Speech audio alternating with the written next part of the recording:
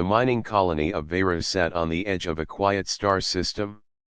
Its people lived simple lives, digging into rocky ground for rare metals and shipping them off to the larger trade hubs. The colony had no soldiers, no strong defenses, and no fleets of warships.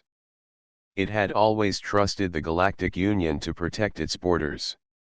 For many years, that trust seemed enough. But one evening, alarms rang across the colony. The sky above the dusty settlement filled with dark shapes. Dozens of alien raiding ships broke through the thin defense grid. They were fast, sharp, and hungry for easy prey. The colonists had seen raiders before, but never in such numbers. Panic spread quickly. Miners dropped their tools, parents clutched their children, and the small defense towers fired weak bursts of light that barely scratched enemy shields. The invaders answered with heavy fire, burning holes into the colony's landing pads and destroying transports that tried to flee. Inside the command center, Governor Malin stood frozen before the holographic display. Red marks covered the colony's skies. Every time a defense drone lifted off, it was shot down in seconds. His officers shouted reports: communication lines cut, outer settlements already burning, supply depots destroyed. "We cannot hold," his chief of security whispered. "If they land troops, it will be over in hours." Malin's hands shook as he stared at the console. The Galactic Union had outposts nearby, but their patrol ships could take days to respond. Days were too long. His people had hours at most. There was only one choice left. He turned to the wideband distress system, a device rarely touched. It could send a signal across sectors, but once activated, it could not be called back. Anyone could hear it: friends, enemies, or strangers. "Send the call," Malin ordered with a heavy voice. The officer hesitated. "Governor, once we broadcast, we cannot control who answers." "I know," Malin said. "But if we do nothing, no one will be left alive to regret it." The officer pressed the activation pad. A pulse of energy shot out into the void, carrying the colony's desperate plea. "This is Vera Colony. We are under attack. Requesting immediate aid.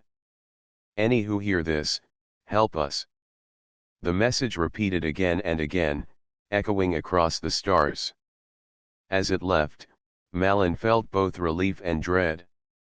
Relief that he had done something, anything, to protect his people. Dread because he did not know who would hear it. The raiders continued their attack, sweeping across the skies like vultures. Fire lit the night, and explosions shook the ground. People huddled in shelters, praying the signal would reach someone before it was too late.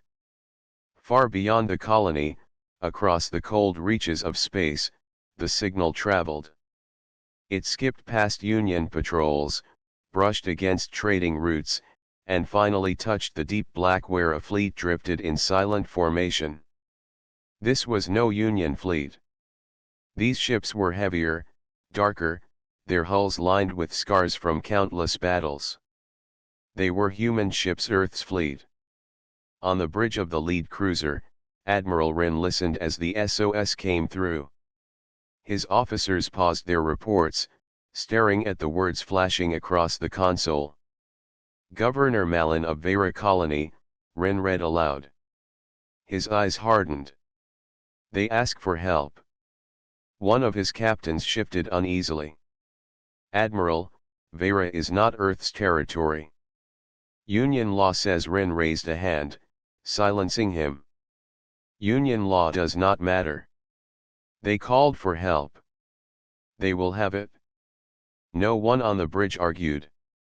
Every human officer knew the unspoken rule of their people. When someone cried for aid, especially against raiders, Earth answered. It was not politics. It was not trade. It was survival. Humanity had learned long ago that ignoring such cries only bred greater threats. Rin turned to his helm officer. Plot a jump. Veyra system. Maximum burn. Signal the fleet, prepare for battle. Aye, Admiral, the officer replied, already working the controls. In moments, the human fleet shifted course, engines roaring as they prepared for the jump. Back on Veyra, the colonists still fought to survive. Fires spread across the mining yards, and raiders laughed as they cut through helpless defenses. Malin stood on the command deck, heart sinking, wondering if his call had been in vain. He did not know that across the stars, Deathworlders had heard his cry. He did not know that Earth, the world whispered about in fear and awe, was already moving. The colony believed they had asked for rescue.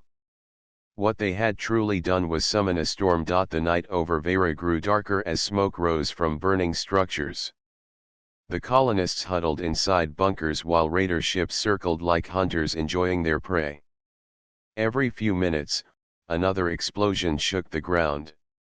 The people prayed that their call had reached someone, but hope was fading. Governor Malin stood in the command room, sweat running down his face as reports came in. Food stores were gone. Medical centers were overwhelmed. The defense towers had all been destroyed. They are landing ground forces, his security chief warned. They mean to take the colony alive. Malin knew what that meant. The raiders were not here just to kill, they wanted workers, slaves, and resources. He gripped the console, anger rising with his fear. If no help comes soon, we will be lost. Suddenly, the sky above the colony shifted. The raiders paused their fire, puzzled. Something vast had appeared beyond the thin atmosphere. The colonists lifted their heads. High above the smoke, new lights burned in the dark. They were not the sharp green glow of raider ships. These lights were colder, steadier, and they stretched across the heavens in rows. Unidentified fleet entering the system, a technician shouted. On the command deck, Malin's heart leapt. Union reinforcements. The technician shook his head, eyes wide. No, sir, not Union. The drive signatures, they're human. The word spread quickly across the colony. Human. For most, it was a word wrapped in mystery. Stories said Earth was dangerous, its people forged in storms and fire, a race that thrived on a death world. Some dismissed it as myth. Others whispered it in fear. Now, the stories had become real. Above Veyra, the human fleet emerged from hyperspace. Dozens of warships, black against the stars, took formation in silence. Their hulls bore scars of old battles, their armor thick and uneven like beasts of war. At the center floated the flagship Iron Resolve, its engines burning bright.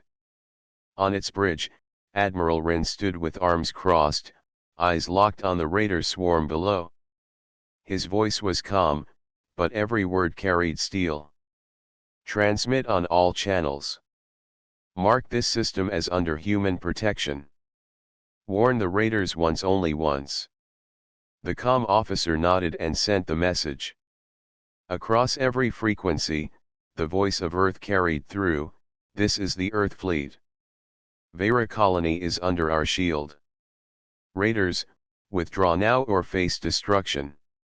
For a moment, silence followed. Then came cruel laughter over the raider channels. Earth. Deathworlders. You think you frighten us, the raider commander sneered. You are late. The colony is already ours. On the ground, Malin listened with a sinking heart. Would the humans really fight for strangers? Could they even win against so many raiders? But in orbit, Admiral Rin gave no sign of hesitation. He turned to his weapons officer. Lock every target. Fire at will. The void lit up. Human rail cannons roared, launching metal slugs at incredible speed. Plasma beams carved through the raiders' shields, tearing ships apart in brilliant flashes. Missiles streaked across the dark, breaking into swarms that struck from every angle. The raiders had expected weak resistance.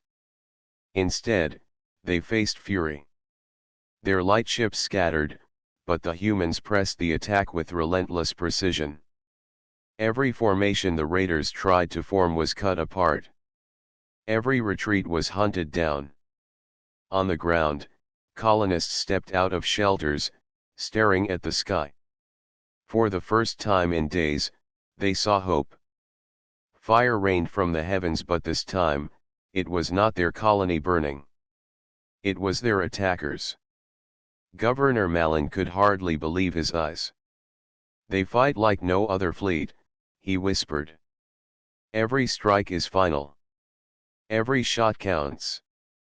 In orbit, Admiral Rin watched calmly as the raider fleet broke apart. Yet his face showed no satisfaction. This was not rescue, it was judgment. When the last major raider cruiser exploded, the Admiral gave his next order. "Signal all ships. No survivors among the attackers. Pursue and destroy." The human fleet obeyed without question. They did not stop at defense. They hunted. Raiders tried to flee, but human interceptors cut off their path. Small frigates were cornered and blasted apart. Escape pods were ignored, drifting in the void. The galaxy had seen many wars, but few fought with such cold finality. Humanity was not here to protect, they were here to make sure such a threat never rose again. Down below, the colonists cheered as enemy wreckage lit up the skies like falling stars. Children pointed in awe, parents wept, and miners who had once feared they would die now shouted the name of Earth with gratitude. But in Malin's chest, a strange unease grew. Relief filled him, but so did worry. The humans had answered their call, yes, but the way they fought, the way they destroyed without pause, it was unlike anything the Union had ever shown. He wondered if calling them had been salvation, or the beginning of something far greater than his colony could understand. Above, Admiral Rin gave his final command for the battle. His voice carried through the bridge like iron: "Mark this system secure. And remember, Deathworlders never forgive." The fleet's dark shadows passed over the wounded colony, a reminder to all who watched that a new power had arrived. And the galaxy would never look at humans the same way again. The sky over Vero was no longer filled with the red streaks of raider fire. Instead, it glowed with the wreckage of broken ships, burning as they fell into the atmosphere. The colonists watched from bunkers and open fields, their faces lit by the light of enemy destruction. For the first time since the attack began, silence returned. But that silence carried weight. Governor Malin stood on the balcony of the command center, staring upward. His people were safe, yet unease pulled at his chest. He had expected Union patrols to arrive, negotiate, maybe drive the raiders away with warnings. What came instead was the Earth fleet, and they had shown no hesitation. Beside him, his security chief swallowed hard. "I have never seen fighting like that." They did not push the raiders back, they erased them. Malin nodded slowly.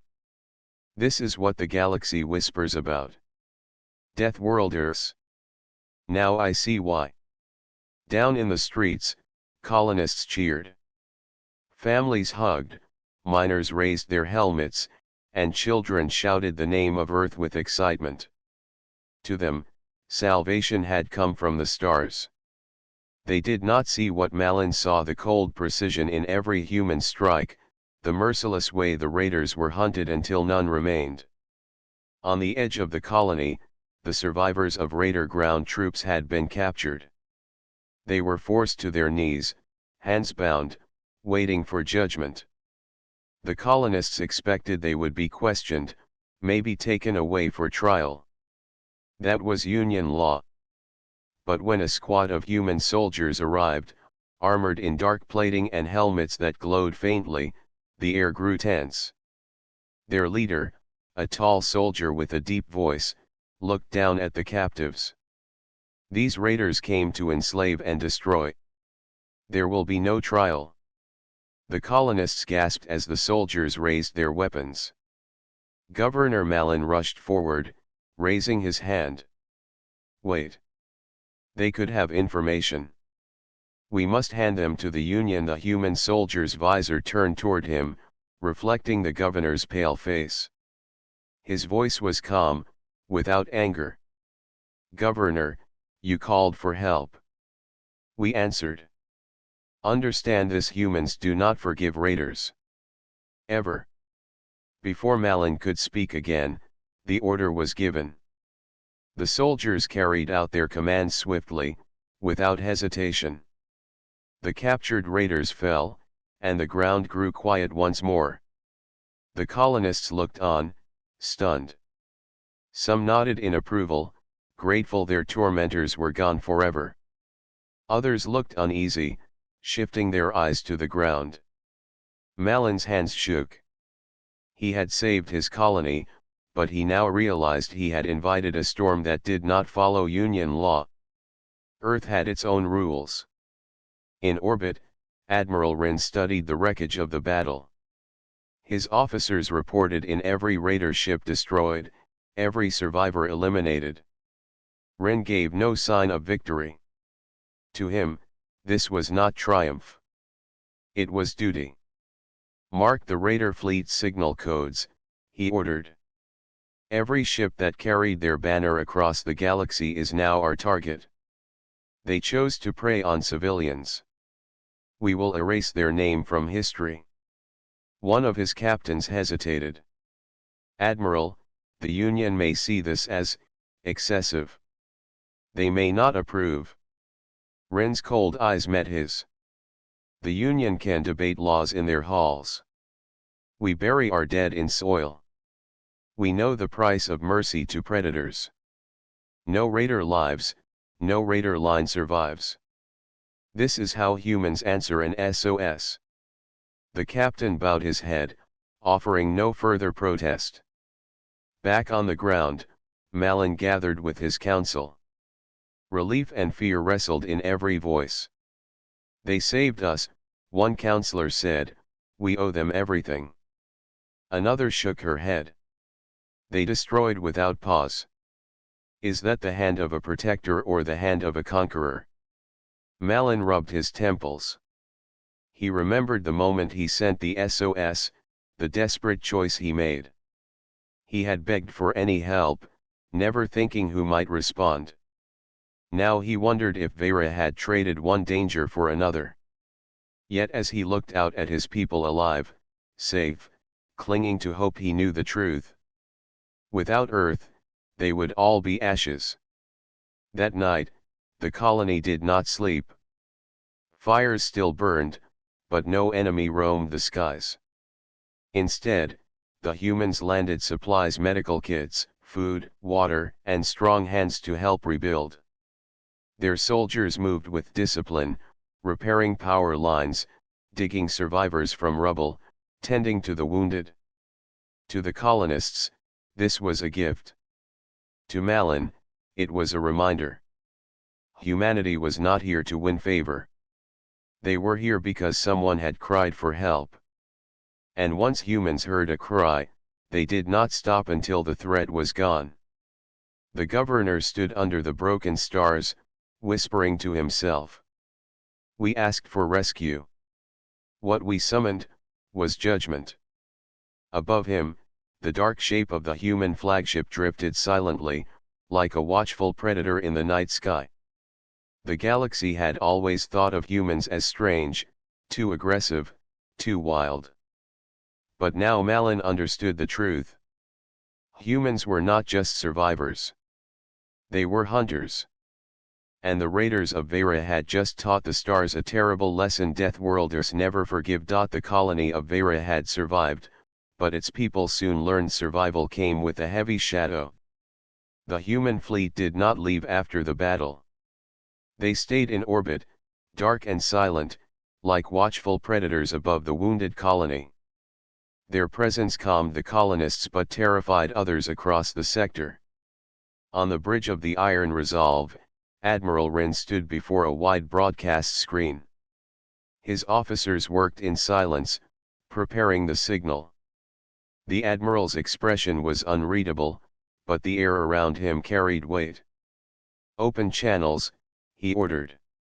"All channels, Admiral," the comm officer asked carefully. "Yes. Every frequency. Civilian, military, raider. Let all of them hear." The officer hesitated only for a second before activating the broadcast. Across the system, every ship, every station, and even the colony below received the signal. Screens flickered, and a single human figure appeared. Admiral Wren, eyes sharp as steel. His voice was calm but carried power, echoing into every corner of the stars. "This is Admiral Wren of the Earth Fleet. Vera colony sent a call for aid. We answered. The raiders who attacked them are no more. Their ships are destroyed, their soldiers erased. Let the galaxy remember, when civilians cry out, Earth hears. And Earth does not forgive." On Vera, the colonists watched from public squares, their mouths dry. Children clung to parents, sensing the weight in his words. The broadcast continued. "To those who prey on the weak, know this. We do not accept surrender from those who enslave. We do not forget those who murder. If you strike at the helpless, you call down the full strength of Deathworlders. We will follow you. We will end you. This is not a threat. This is a promise." Across the galaxy, the message spread like wildfire. Merchant captains replayed it with awe. Raiders who overheard it grew pale. Union officials frowned, worried at the boldness. But none could deny the truth of the battle over Vera. Humanity had shown not just force, but finality. Governor Malin sat in the command center, staring at the screen as Wren's words echoed. He wanted to feel gratitude, but the coldness in the human's tone sent a chill through him. His aide whispered, "Governor, he speaks like a judge, not a rescuer." Malin nodded slowly. "Perhaps he is both." Meanwhile, among the raider factions scattered across nearby systems, fear spread faster than fire. Survivors from Vera's fleet had sent last-second messages before being destroyed. Their leaders gathered in hidden strongholds, voices shaking as they spoke. Humans came in force. They did not bargain, they did not offer terms. They hunted until nothing was left. Another slammed a clawed hand on the table. "They are only one world. One. If we strike together." But his words faltered. The others remembered the burning wreckage, the reports of weapons that cut through shields, the relentless chase. For the first time in years, raiders who had lived without fear felt hunted. Back in orbit, Admiral Wren turned away from the camera as the broadcast ended. His officers exchanged glances but said nothing. They had fought with him long enough to know his decisions were final. A young lieutenant finally asked, "Admiral, what if the Union condemns this action?"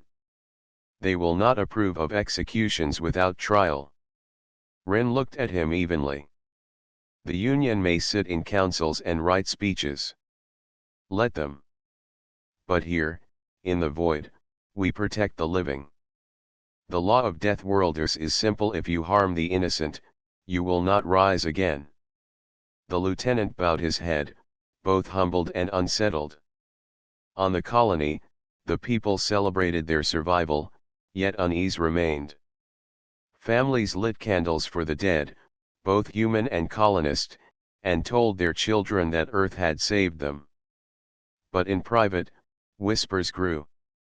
Did we bring saviors, or something more dangerous?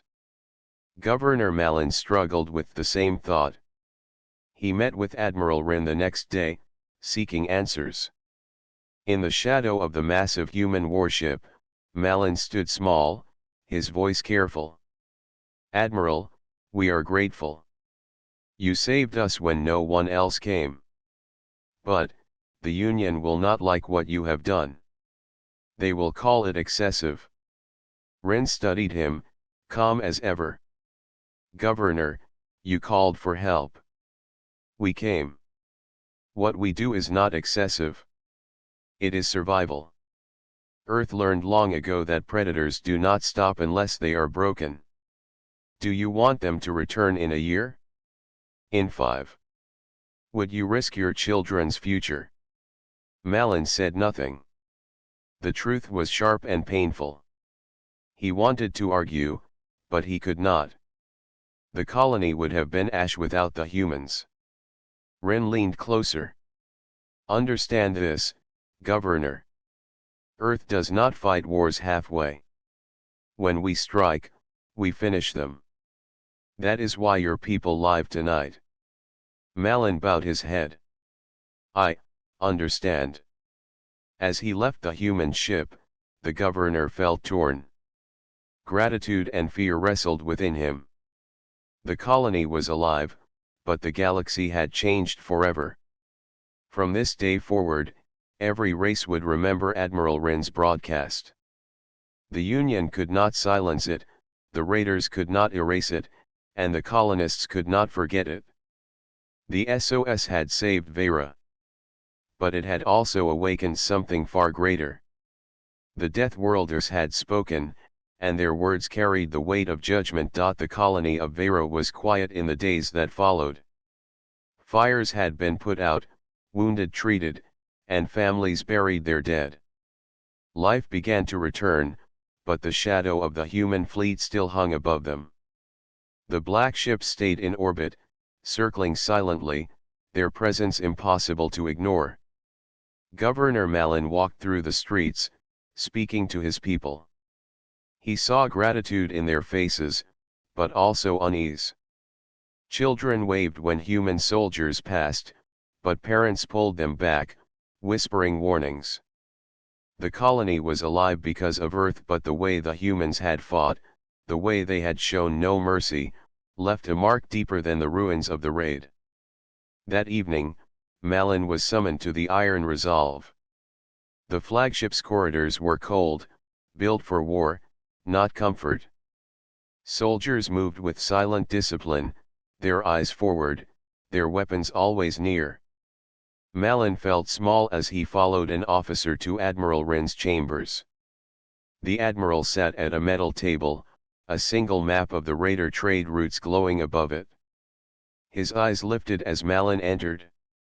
Governor, Wren said simply. You wish to speak. Malin sat down slowly. Admiral, we are grateful.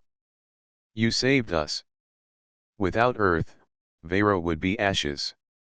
But, he hesitated, choosing his words carefully. The Union will see what you have done here as, too much. They will say trials should have been held.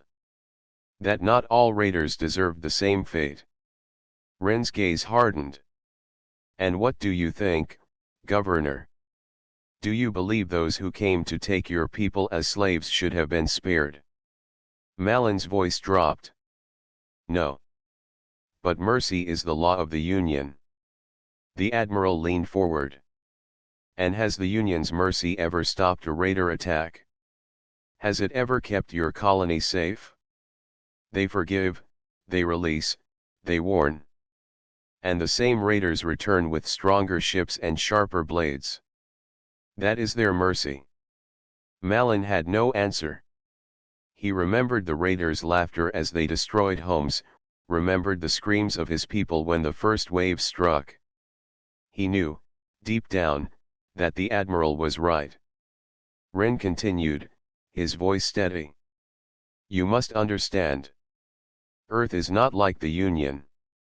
We are children of a death world.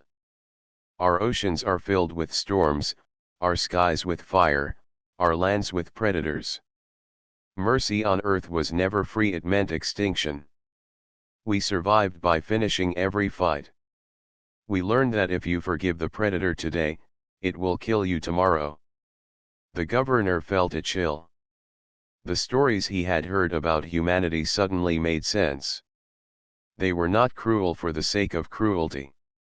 They were shaped by their world, a world that never forgave weakness. Ren looked at the map again. The raiders who attacked you belong to a larger network. Their fleets stretch across the border systems.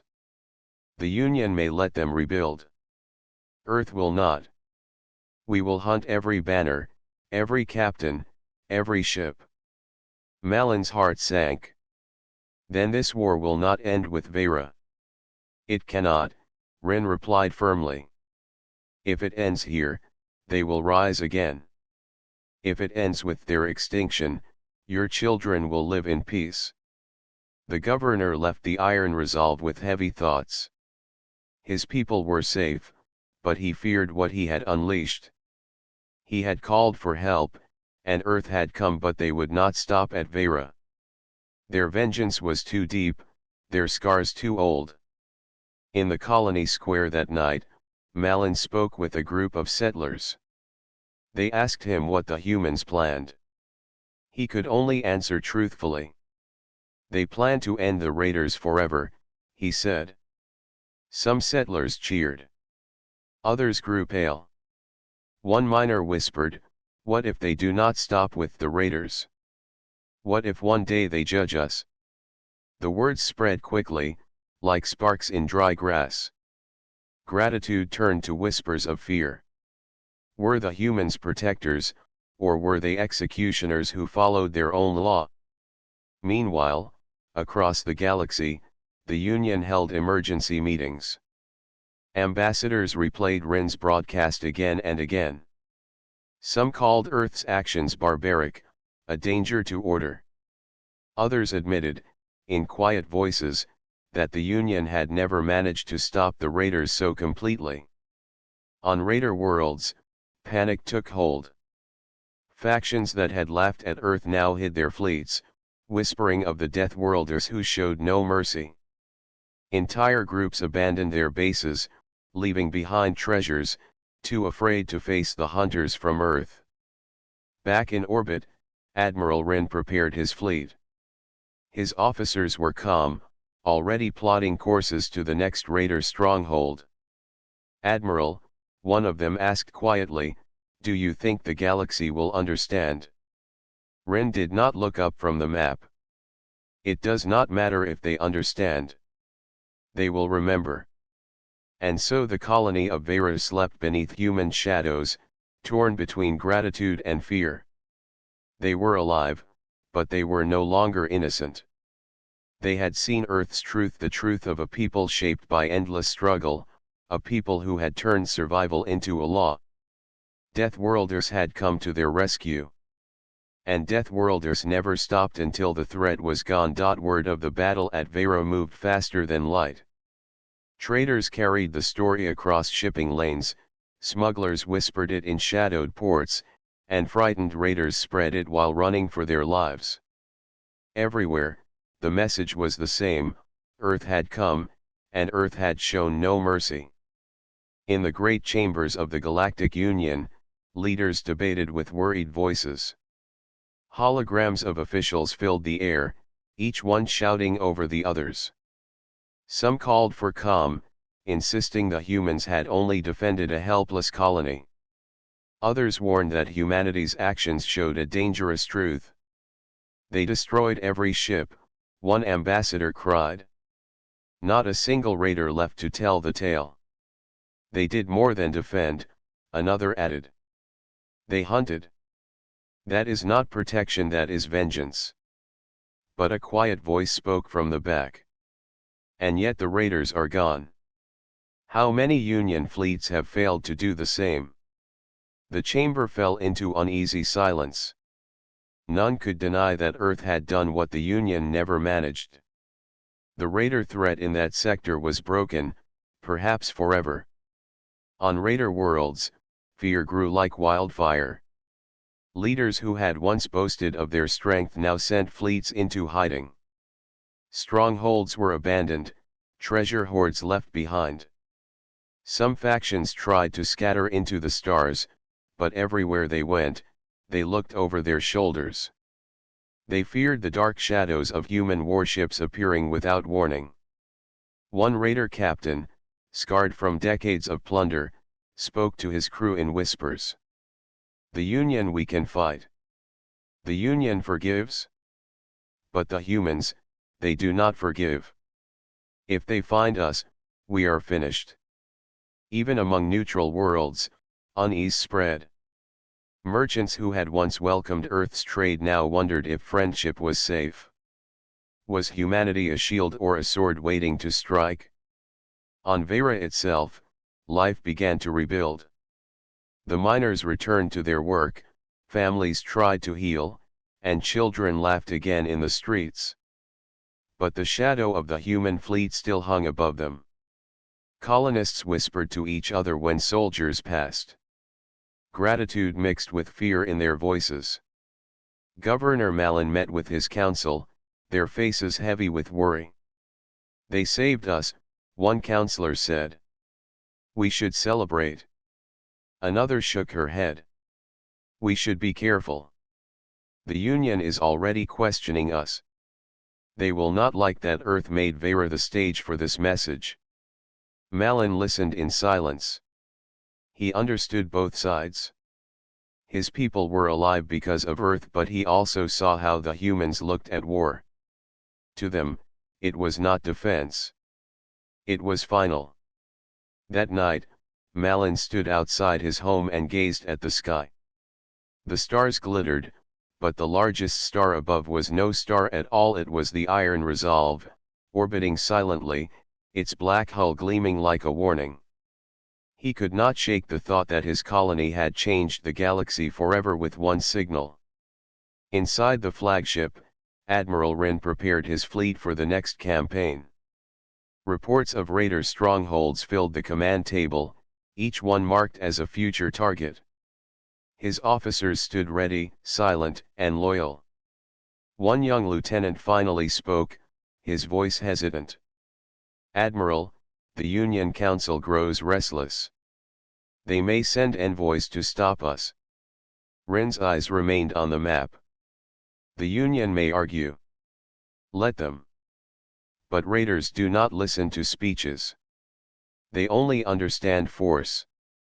And we will give them force until none remain." The lieutenant swallowed but said no more. The rest of the bridge crew stood taller, their trust in the admiral unshaken. Back in the wider galaxy, the human broadcast replayed on countless screens. In spaceports, travelers froze when the admiral's words rang out, "We will follow you. We will end you." Parents pulled their children closer. Merchants lowered their voices when speaking of humans. Even soldiers from other worlds felt a shiver when they imagined facing fleets that never stopped, never forgave. Some saw hope in it. Worlds on the edge of raider space quietly celebrated.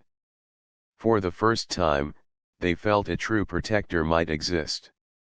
Others saw only danger. To them, Earth's message was not one of safety, but of a new predator rising in the stars.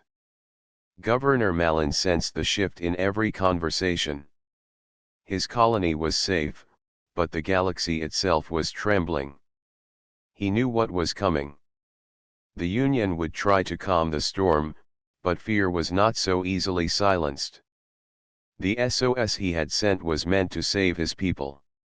Instead, it had awakened the galaxy to a truth it had long ignored. Deathworlders had come into the open. They had shown their nature. And no one could forget what they had seen. Malin whispered to himself as he stared at the stars. "We asked for rescue. What we brought was fear. Above him, the Earth fleet stood ready, silent in the night sky, preparing for the next strike. The galaxy did not sleep after Vera. Every port, every station, every council chamber echoed with the same question: what would the Deathworlders do next? Some prayed Earth would return to its quiet corner, content with its victory. Others feared that humanity had tasted blood and would now march across the stars. On Vera, the colonists rebuilt their homes with trembling hands. Children played again in the fields, but even their laughter carried a strange weight. They knew their lives had been spared, but they also sensed something had changed forever. Above them, Earth's warships still floated like dark giants. Governor Malin stood once more before his council. His voice was steady, but his heart was heavy. "The humans prepare to leave," he said. "They have hunted the last of the raiders in this sector. They claim their mission is complete." "Then it is over," a councillor said with relief. Malin shook his head. "No. It is only beginning. The galaxy has seen their answer to a call for help. And it will not forget." When the day of departure came, the colonists gathered in silence to watch. The fleet of Earth was unlike anything they had ever seen. Black steel, sharp angles, engines burning with blue fire. They looked less like ships and more like predators ready to leap. From orbit, Admiral Rin sent a final transmission to the colony. His face appeared across every screen, calm, strong, unyielding. "You called for us," he said. "We answered. Your enemy is gone. But hear this, and remember. If you or any world sends for Earth, we will come. We will fight. And those who harmed you will never rise again. That is our promise. And our warning." His words struck like thunder. To the colonists, it was a vow of protection. To the galaxy listening, it was a chilling law set in stone. The fleet's engines lit the night sky, and one by one, the great ships vanished into the void. Silence returned to Vera, but it was not the silence of peace. It was the silence left after a storm, when the land remembers the power of the winds that passed. In the Galactic Union, the debate grew fiercer. Some leaders demanded sanctions against Earth, calling them reckless destroyers. Others argued that humanity had done what no Union fleet dared: eliminate the raider threat without hesitation. "They do not understand balance," one ambassador warned. "They only understand victory." Another replied, "Perhaps that is what the galaxy needs. A race that does not forgive evil. A race that makes every predator afraid." And so the galaxy was split. To some, humanity became the shield of the weak. To others, they became the shadow to fear in the night. On raider worlds, chaos spread. Fleets hid in deep space, warlords fought among themselves, and old rivalries turned violent. Every leader knew one truth: Earth would never forgive. If a single human ship appeared on their sensors, they would scatter like prey before a hunter. Among peaceful colonies, whispers grew into prayers. Some planted Earth's symbol above their homes, hoping it would protect them. Others warned their children never to send an SOS, for they feared the cost of calling Deathworlders. Governor Malin wrote his final report to the Union Council. His words were simple, yet they carried weight. "We are alive," he wrote. "The humans saved us. But the galaxy has changed. From this day forward, no one can claim they do not know Earth's nature. To call for them is to summon a storm. To harm them is to invite destruction. Deathworlders do not forgive. And they do not forget." He sealed the report, knowing it would echo across history. Years later, merchants would still tell the tale of Vera. Children would whisper of black ships in the sky. Raiders would flinch at shadows on their scanners. And governors of distant colonies would think carefully before pressing the button that sent an SOS to Earth. For in that moment, every being in the galaxy would remember the truth. When Deathworlders answer, they do not come as saviors. They come as a warning. And warnings are never forgotten.